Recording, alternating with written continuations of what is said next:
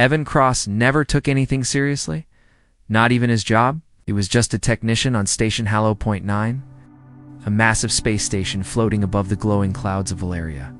He fixed broken lights, maintained engine cooling pipes, and made sarcastic jokes to survive the long, cold shifts in space. So, when the station's intercom crackled to life during lunch hour and a deep voice announced, "One male from this station will be selected to satisfy the ceremonial needs of the Valharian Queen," Evan almost choked on his noodles. The cafeteria went dead silent. Then someone laughed. Then another. And finally, the whole hall was roaring with laughter. "Satisfy?" someone said. "They make it sound like she's picking a date." "Maybe she's lonely," another joked. "Or maybe she eats her lovers alive." Evan smirked. "What's the worst that can happen? Maybe I'll get chosen and live like a king." He raised his hand mockingly. "I volunteer as tribute." That's when a blinking red light appeared on the big screen above. A name flashed in bold letters, Evan Cross selected. The laughter stopped, forks dropped, all eyes turned to him. Froze. It had to be a prank, right? But even his jokester friends looked confused now. His buddy Marco whispered, Did you actually sign up for something?" "No," Evan said slowly. "I thought it was a joke." For the next hour, people followed him around, laughing and calling him Your Majesty and Consort Cross. He played along at first, until 2 armed guards in black armor arrived at Engineering Bay 4. They said nothing. One of them handed him a sealed order. "Report to Level 13, Diplomatic Quarters. Immediate compliance." Evan looked at the guards. "Is this for real?" They didn't smile. "Now, Mr. Cross." Level 13. Nobody went to Level 13. That part of the station had been closed since the Valharian Alliance Treaty talks began. Rumors said alien visitors stayed there, but no human had been invited up. Evan walked in silence as the guards escorted him down the long metal corridors, his stomach twisted with every step. The station lights dimmed as they descended. The air grew heavier. The silence was thick. He wanted to believe it was a prank, an elaborate one, but something felt off. Too real. Too quiet. They reached the lift. One guard tapped a panel and the elevator slid open. The ride up felt slow, even though the floor number climbed fast. -10, 11, 12. Ding! Level -13. The doors opened. Soft blue light filled the hallway. The air smelled different, like flowers and metal. Strange humming sound echoed faintly. The guards stopped walking. "You go alone from here?" Evan blinked. "Alone?" They didn't respond. The doors behind him closed. The guards were gone. He stood there, just him and the shimmering corridor ahead. He walked forward slowly, his boots clicking on the polished black floor. At the end of the hall, there was a tall, curved door with golden edges. Symbols he couldn't read glowed. Across the surface, it slid open without a sound. A burst of warm mist rolled out. It was scented, sweet, and spicy, like alien incense. Evan raised his hand to cover his nose, but then he saw her, standing in the center of the room, tall, elegant, and utterly inhuman, the Queen of Valharia. She was like nothing he had imagined. Her skin shimmered like silver under the lights. Her eyes glowed violet, deep and sharp. Her body moved with slow, perfect grace, as if she floated more than walked. Her long fingers were tipped with claws, but they didn't look dangerous. They looked beautiful. Her gown clung to her curves like flowing glass, glowing faintly with golden light. Strange alien symbols pulsed across the fabric, matching the rhythm of her breath. She was silent, but her presence filled the entire chamber. Regal, dangerous, fascinating. Evan forgot how to breathe. For a long moment, she didn't speak. She just stared at him, eyes unblinking, expression unreadable. And then she smiled. Not a human smile. Not a friendly one. It was something else. Something ancient, powerful, and full of intent. Evan's knees nearly buckled. This wasn't a prank. This wasn't a game. They had really chosen him, and the Queen was real. She stepped forward slowly, It's like a predator, and the door behind him hissed shut. He was locked in, alone, with her asterisk. Evan's heart pounded inside his chest as the alien queen stepped closer. Her bare feet made no sound on the smooth black floor, but her presence felt thunderous. Every movement she made was slow, controlled, deliberate like a dancer or a predator. She stopped only inches from him. The glow of her skin, silver with streaks of blue, lit the space between them like a soft flame. Her scent was strange, sweet and earthy, something that felt almost alive. Evan didn't know whether to bow or run. She tilted her head, studying him the way a scientist might observe a wild animal. Violet eyes were too large, too deep. There was no warmth in them, only curiosity, something he couldn't name. "I thought you'd be taller," she said suddenly, her voice like wind over glass smooth, musical, but cold. Evan blinked. You didn't know I was expected at all." She circled him slowly, her hand brushing the air near his shoulder, but never touching. "You are not a soldier, not a warrior. It's not bred for leadership or conquest. And yet, you were chosen." I thought it was a joke," he muttered, still frozen in place. The queen stopped behind him. "And now, human, do you still believe this is a joke?" Evan turned slightly.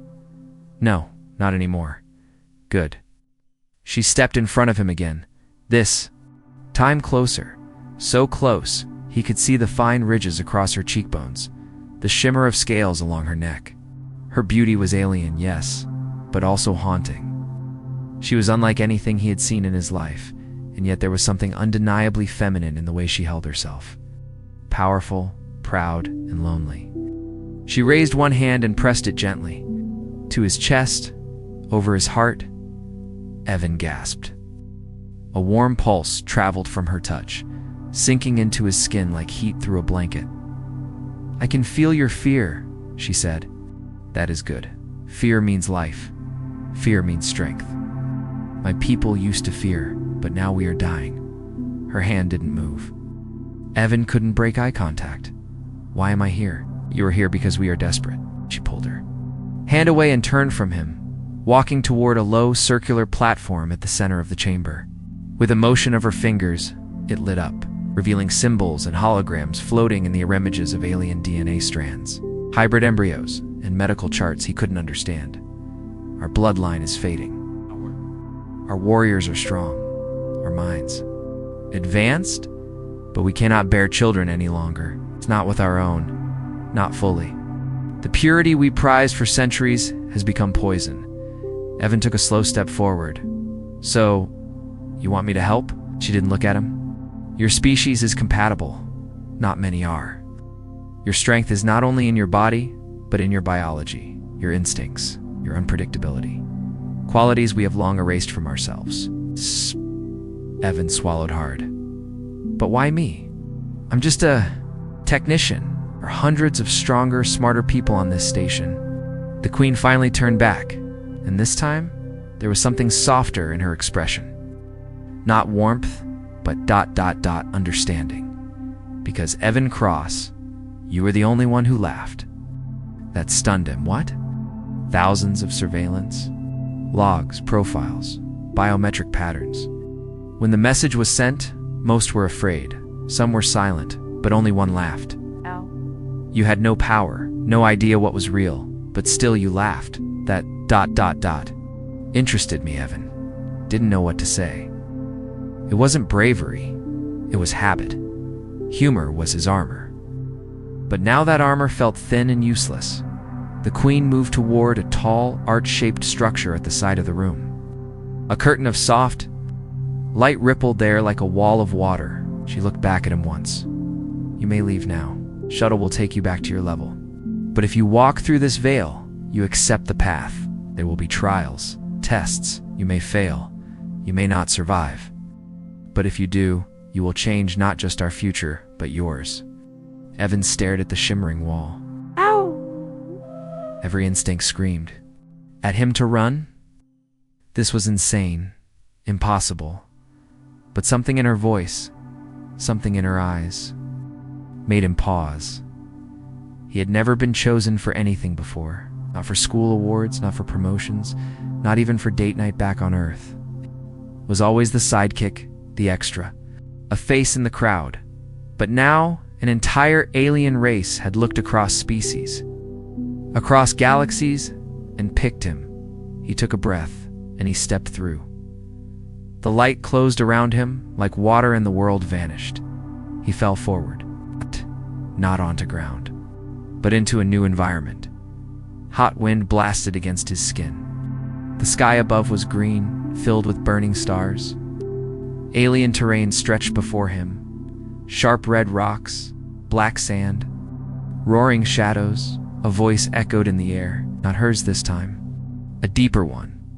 Trial one. Survival begins now. Evan looked around. Alone. No tools. No weapons. Only his instincts. And something watching him from the cliffs. Asterisk. The ground beneath Evan's boots crunched like dry bones as he stumbled forward. The air was thick and hot. The sky overhead pulsed with green light and strange twin moons hovered too close above him. Every breath he took felt like it was laced with ash and smoke. He turned in circles, trying to understand where he was. But the red cliffs around him looked the same in every direction, like a twisted alien maze. There was no sign of the Queen, no sign of the station, no door to return through. He was truly alone. In the distance, something howled. It was long, deep, and sounded both angry and hungry. Evan's heart began to race. This wasn't just a simulation. This place was alive. It felt real. It's real. He moved forward cautiously, stepping over cracked stone and strange glowing plants that hissed when he brushed against them. His skin burned slightly from the air, and sweat was already clinging to his neck and back. The Vulharian Queen had called this the first trial, survival. But she didn't give him food, water, or even a hint. All he had was his fear. And his brain. He crouched low behind a boulder when another sound echoed through the cañona, scraping noise, like claws dragging against metal. Evan narrowed his eyes, peeking through a gap in the rock. There it was, something tall, covered in dark scales, with long arms and glowing eyes. Its mouth was split wide, drooling something purple onto the sand. It sniffed the air and made a low growl. It didn't walk, it glided, like it was skating just above the ground. It moved faster than anything that big should have, and it was looking for something. No, it was looking for him. Evan's breath caught in his throat. His instincts screamed for him to run, but he forced himself to stay still. Think like an engineer. That's what he was, wasn't it? Not a soldier, not a hero, but a thinker. The creature moved off to the left. Following his footprints, that gave Evan an idea. Quickly he turned and began brushing the rest of his footprints away. With a branch, then he climbed up a narrow ledge, taking care to leave no marks behind. He crouched in a shallow cave, hiding beneath a curtain of moss-like growth that smelled terrible but covered his scent. He waited and waited. The creature passed below him minutes later, sniffing the air, frustrated. Then, with a snarl, it sprinted away into the distance. Evan didn't cheer, didn't smile. He knew this was only the beginning. For what felt like hours, Evan wandered the alien terrain. The twin suns above made the sky glow like fire. His lips were dry. His arms trembled from exhaustion. Found no water, only strange bubbling pits of green ooze and thorny plants that curled when touched. He didn't dare eat anything. Every part of this world looked like it wanted to kill him, but he didn't stop. The Queen's voice echoed in his mind. May not survive, but if you do, ... He wouldn't let her be right about humans only being strong in body. He would show her that humans were more than survivors. They were stubborn, clever, and when pushed, they became something more than expected. As night fell, the sky turned dark blue, lit with strange floating shapes like jellyfish made of stars. Cold replaced the heat, sharp and biting. Evan built a shelter out of stone and dried vines. He didn't know if it would hold, but it was better than nothing, while sitting in the shadows. Huddled against the cold, Evan thought about his life back on the station, fixing broken pipes, laughing with Marco, sleeping in a small metal bunk. He'd always believed he was just a small piece in a big machine, unimportant. But now, he was the only human in an alien trial meant for warriors, and he was still alive. Suddenly, the quiet broke. A soft hum filled the air, followed by blue lights rising from the ground like fireflies. Evan stood quickly, ready to run, but stopped when he saw a new figure approaching, tall and smooth, but not the same as the earlier monster. This one looked like a Valharian, but smaller, weaker. She was pale blue with large black eyes and thin limbs. She wore no crown, no armor, just a soft, flowing wrap around her body. She looked afraid. She stumbled toward him and collapsed. Evan rushed forward, lifting her up gently. Her skin was freezing cold. She whispered something he couldn't understand, then coughed. "What happened to you?" Yvonne said softly. "Are you real?" The woman shook her head weakly, then pointed to the hills behind her. Evan looked tanned, saw something that made his stomach turn. 3 more of the dark-scaled creatures were approaching fast. Their eyes locked on him. On her, and they weren't gliding now. They were charging. The trial wasn't over. It had just changed. He wasn't just being tested for survival anymore now. He had to protect someone else. He picked her up and ran, heart pounding, mind racing. With death closing in behind him, Evan's legs burned with every step as he sprinted across the cracked alien ground, holding the small Valharian woman in his arms. Her body was light, almost weightless, but the pressure of 3 monstrous creatures chasing them made her feel like a mountain. The snarls behind him were growing louder, closer. Their clawed feet slammed the ground like hammers, and Evan could almost feel the heat of their breath on his back. His boots slipped on the loose sand, and he stumbled, nearly falling. The woman in his arms whimpered but didn't speak. She had stopped moving. He had no idea if she was conscious or not. He couldn't stop to check. He pushed harder, dodging sharp rock spires that jutted from the ground like alien spears. Every direction looked the same, dead, red, and twisted. There was no map, no guidance, only instinct and adrenaline. He spotted a narrow crevice in the cliff wall ahead. Without thinking, he dashed toward it. The space between the stones was tight, barely wider than his shoulders, but he squeezed through, holding the woman close. As he passed inside, one of the creatures slammed into the stone behind him. Roaring in frustration, the walls trembled from the impact. Dust fell around him. He didn't stop until he had crawled deep into the narrow cave, far from the entrance. Only then did he collapse onto the floor, gasping for breath. For several minutes, Evan lay there in the dark, his back against cold rock, trying to slow his heart. The woman was still in his arms, limp and silent. Ground, resting her head on a smooth stone. Her breathing was shallow. Her blue skin looked even paler now. She was freezing. He took off his jacket and wrapped it around her, though he knew it wouldn't help much. Then he reached for a stone nearby and struck it against the wall, trying to create sparks. It took several tries, but eventually a small flame flickered to life in a shallow groove. He used some dried moss and broken vine scraps to feed the flame into a tiny fire. The soft orange glow lit the small space around them. Only then did he get a better look at her face. She was young, at least by human standards. Her features were fine and delicate, with markings on her cheeks that pulsed faintly with light. She didn't have the queen's sharpness or power, but there was a quiet strength in her. She wasn't just a hologram. She was real. Evan leaned in. "Can you hear me?" Her eyes fluttered open slowly. She stared at him for a moment, then gave the faintest nod. "What were those things? Why were they chasing you?" Her lips moved, but her voice was faint, like wind through leaves. "They were ... summoned to test you, but they hunt everything." "You were part of the trial?" he asked, confused. She nodded again, slower this time. "I was part of the environment, meant to observe, not interact. But I saw what you... Did you help? You didn't know me, but you ran anyway? It's not part of the simulation?" "That's real." Evan sat back, stunned. "So I was supposed to leave you?" "There were no rules," she whispered. "Only outcomes." He frowned. "So if I had walked away, you'd be dead, and I'd still pass. Maybe Maybe not. Her eyes closed again. But you didn't walk away. Silence filled the cave. For the first time since arriving in this nightmare world, Evan didn't feel alone. He had something to protect, know someone. And somehow, that made everything clearer. He watched the fire dance for a long time. Then he heard a sound, faint scratching. Turned, heart tightening. One of the creatures was crawling into the cave.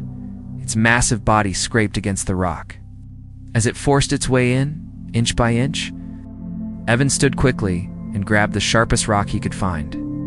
He held it like a dagger. It was small, but he wasn't going down without a fight. The creature paused halfway through the opening. It couldn't fit fully, but it could reach. Its long arms stretched forward, claws snapping at the firelight. Evan didn't wait.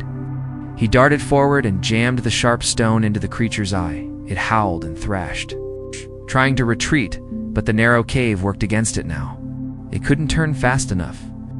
Evan picked up another rock and slammed it down again, and again, till finally, the creature pulled back, blood dripping from its ruined face.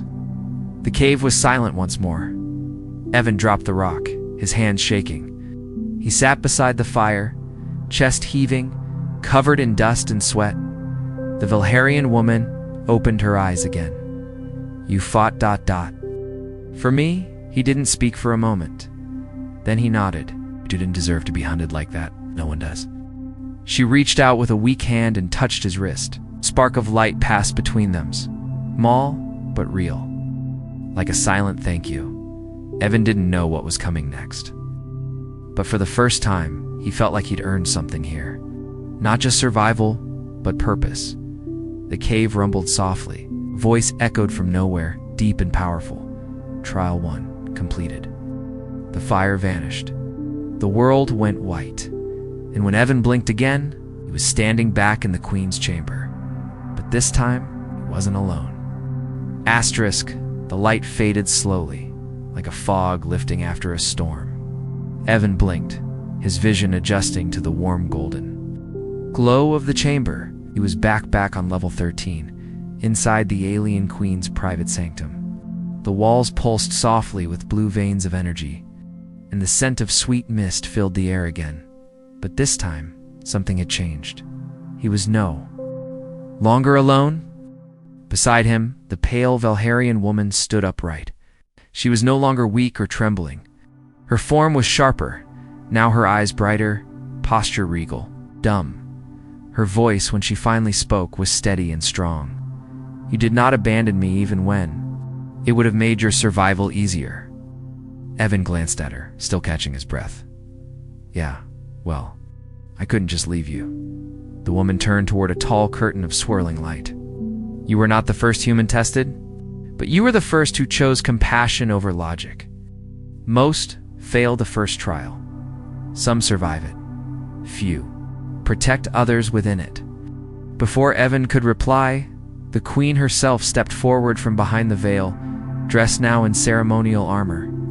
Her presence, as always, stole the air from the room. Yet this time, her expression was not cold or unreadably, was focused, curious, maybe even approving. You passed, she said, her voice echoing like music in the walls. You protected another without knowing her value, even as predators. Closed in, your instinct was not to run. It was to fight for someone else. Evan frowned slightly, wiping sweat from his forehead. It wasn't instinct, it was choice. The queen's violet eyes narrowed. Exactly, she motioned for him to follow. He stepped onto a glowing platform beside her. The Valharian woman stayed behind, watching quietly. Without a sound, the platform rose. They ascended through walls of golden light, memories flashing briefly across the surface as his sprint through the wasteland. The clawed monster in the cave, the first time he saw the queen's face. When the platform stopped, they stood in a large open chamber filled with dozens of glass pods inside. Each one floated images of past test subjects. Some were human, most were not. None looked victorious. This, said the queen, is where the second trial begins. Not with fire, not with claws, but with choice. Evan looked at the pods. What kind of choice? She stepped beside a massive circular table where holograms flickered to life. 3 profiles glowed before him. Each showed a Valharian face. Below each image were details: crimes, history, confessions. These are prisoners of my realm. 1 is guilty of war crimes. 1 lied to protect themselves. 1 is innocent, but silent. The Queen's voice turned sharp. You must decide which one to free. Only 1. Evan stared at the profiles. Wait, he said, you want me to? Decide who deserves freedom? Based on what? A summary? There is no perfect answer, the Queen said. Only your judgment. Speak to them, ask questions, but in the end, choose one. Your choice will decide what kind of ruler you could become. Evan stepped forward. The pods opened. One by one, each prisoner appeared before him holographic, yet emotionally real. The first was a battle-hardened Valharian woman with a scar down her face. She didn't beg. She didn't explain. I did what I did, she said plainly. Lies, no excuses. I was following orders.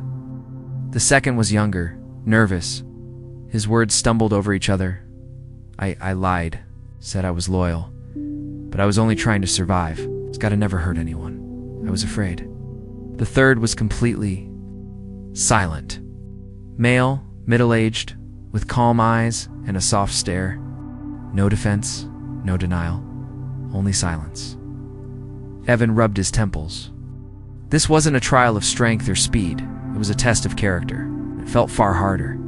He sat across from each of them, asked questions, heard their truths soar what could be lies. The first one didn't apologize for her violence, but admitted every act with clarity. The second seemed weak, afraid of everything. His fear made Evan uneasy. The third said nothing at all. When it came time to decide, the Queen watched him closely. Well, she asked. Evan looked at the 3. Then he turned toward the one with the scar, the one who had been honest. Evan, brutally so. I pick her, he said.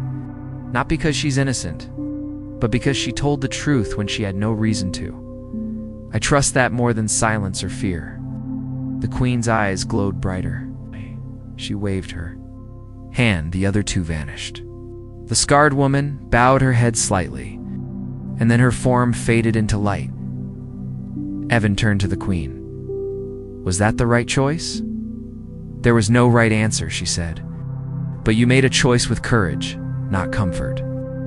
That human is what our kind has forgotten. She stepped closer now, close enough that he could see faint cracks of sadness behind her strength. In my world, leaders are chosen by tests, not birth. But none have passed both trials in centuries. You're not like the others. You remind me of what we once were. Evan tilted his head. So, what now? The Queen extended her hand. Now comes the final trial, the most dangerous one. He hesitated. It's more dangerous than monsters and moral dilemmas. She didn't blink. Yes, because this time is not just your life that will be tested, but your heart. Before he could answer, the light around them collapsed inward. The final trial had begun. Asterisk, the world faded again, but this time, Evan didn't fall or run. He floated weightless, silent, and alone. It was like being dropped inside a dream or maybe a memory. Except it wasn't his. He opened his eyes, but the space around him wasn't the station, the wasteland, or even a test room. It was something deeper. A place made of soft lights, glowing strands, and echoes. Shapes moved in the distance like whispers, and time itself felt slow. Then she appeared, not walking, not speaking, but suddenly there, standing across from him in the glowing mist. The Queen, but not in armor, not regal. She was barefooted, her eyes softer, shoulders relaxed. She wore a simple wrap of woven silk, almost like a ceremonial robe. She looked less like a ruler and more like a woman ancient, but alone. This is the final trial, she said quietly. Evan took a step forward. Where are we? Inside my mind, she said. And soon inside yours. Before he could speak, the lights around them shifted. The air pulsed, and a warm hum vibrated through his chest. "We are going to form a bond," she said. "Not physical, not scientific. A connection of thought and emotion our minds will open to each other." Evan's eyebrows drew together. "Why? Why is this the last trial?" "Because if we are to share blood, if we are to build a future, I must know your truth, and you must see mine. Not what we tell the world, but the parts we hide. Our pain, our shame, our desire." Evan swallowed. "What happens if one of us doesn't like what we see?" The Queen's voice grew soft. "Then the bond fails, and we never speak again." The space brightened suddenly. A golden light rose from the ground, and a single platform emerged between them. The Queen raised her hands, and the light pierced both their foreheads. Instantly, Evan's mind opened like a window slammed wide. He gasped. He wasn't Evan anymore, not completely. He could feel her thoughts, her memories, her soul. He saw her as a child, standing on a mountain of crystal with stars hanging low. He saw her laughing an innocent sound, so unlike the powerful voice she used now. He felt her loneliness as she rose to the throne, her world already beginning to die, her people calling her a savior too soon. He saw the war, the great Valharian civil war that tore cities apart and turned brothers into enemies. She stood over fallen allies, bleeding but not crying, because crying had become weakness. She had buried every friend she'd ever known. She had become queen not because she wanted to, but because she was the only one left. The connection pulled harder. Evan stumbled backward, seeing his own memories flash before them, his messy childhood on Earth, moving from foster home to foster home. His teenage years fixing broken machines because he couldn't fix broken people. His habit of laughing when things hurt. His fear of being forgotten. His feeling that no one ever needed him for something real. She saw all of it, no secrets, and neither of them looked away. At the center of this glowing mind space, the Queen stepped forward again. "You were never just chosen because of your DNA," she said. "We can grow strong bodies in a lab. We cannot grow strong hearts." Evan looked at her. "You mean this whole thing was to test if I was worthy of being your partner?" She nodded slowly. "Not a pet, not a donor, a partner." The Valharian Queen cannot rule alone. If I bond with someone, he must be more than brave. He must understand me, even when I cannot speak.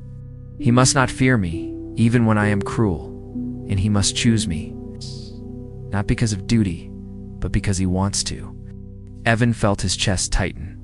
He had thought this would be about genetics, or survival, or proving some point about humans. But it was about something much deeper. Choice, trust, vulnerability. He looked at her. "You said I had a choice, that I could walk away." She nodded. "Even now, the bond can end. We can forget what we've seen." Evan was silent for a long moment. He had seen her nightmares, her losses, her burden of command.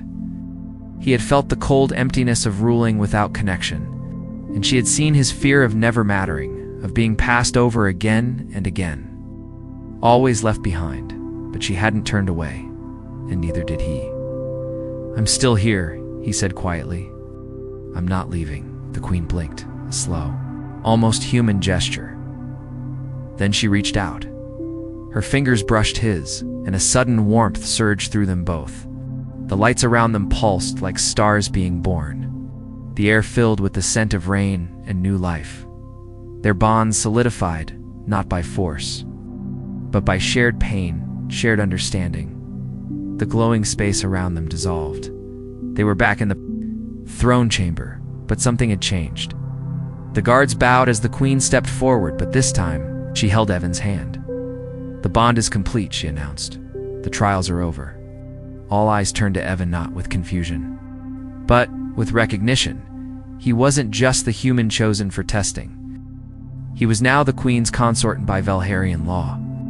That meant he shared her power, but he didn't feel like royalty. He felt like himself for the first time in years, and somehow, it was more powerful than any crown. Evan stood at the center of the Valharian throne chamber. his hands still locked with the Queen's. The soft hum of the chamber's walls grew louder, vibrating with the energy of a new beginning. Around him, alien advisors and warriors bowed. Just to her, but to him, didn't feel real. But it was. The bond was complete. Not some casual agreement. Not a royal favor. A sacred connection, shared memory, shared thought, shared soul. Evan wasn't just some technician who got lucky. He had earned his place through pain, instinct, and heart. The Queen turned to face the council, her voice calm but powerful. "Let it be recorded in the Bloodstone archives," she said. "The trials have been passed. A human has walked the path, faced the shadows, chosen compassion, and survived the joining. From this day forward, Evan Cross stands as my equal, my chosen." The hall was silent. Then one of the elders stepped forward.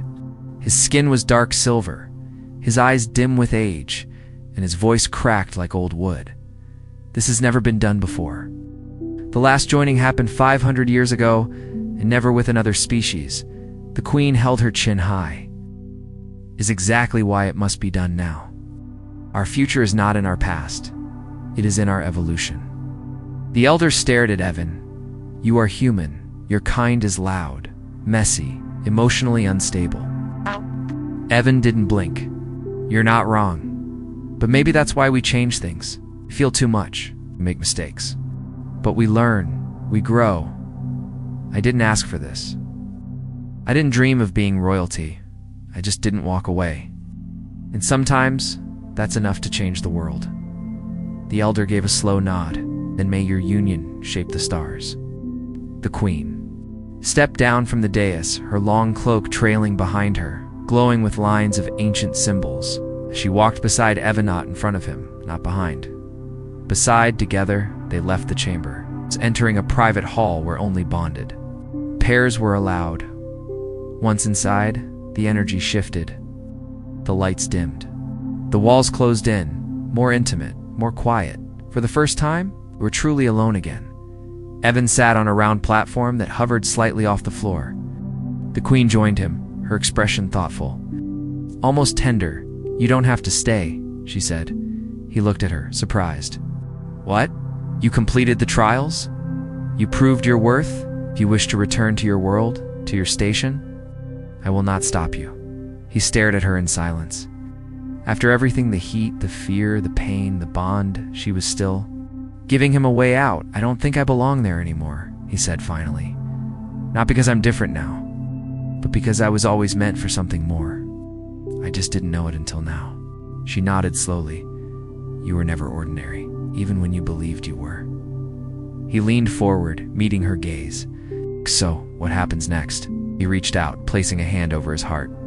"Now we rebuild. Together we lead. We open the Valharian world to humans and to others. We rewrite laws written in stone. We raise the next generation, stronger, freer, more whole." He smiled. No pressure. A faint laugh escaped her lips, soft and rare. Pressure's how diamonds form. In the days that followed, news spread like wildfire across the galaxy. A human had bonded with the Queen of Valharia. Ships from dozens of species aimed to witness the beginning of something new. Trade lines reopened. Peace treaties were considered. For the first time in centuries, the Valharian race had hope, and Evan Cross, once just a sarcastic technician, was now a symbol of something bigger than power. He was a symbol of choice. He stood beside the Queen during her speeches, offering not commands, but connection. He listened, learned their customs, but never pretended to be anything other than what he was: human, flawed, but full of heart. And one night, under the twin moons of Valharia, he and the Queen stood on a balcony overlooking the glowing cities. Below, she turned to him, her eyes softer than ever. "You know," she said, "when I first saw your face, I thought the council had made a mistake." Evan raised an eyebrow. "A lot of people think that when they meet me," she said, stepping closer. "I know they didn't choose you." "I did," he smiled, wrapping his arm around her. "Took you long enough to admit it." They laughed, quiet, real, and somewhere far below, in a royal lab guarded by the brightest minds of two worlds, thing even greater stirred. A heartbeat small, new, human. And Volharian, the first of its kind, the future had begun. The end.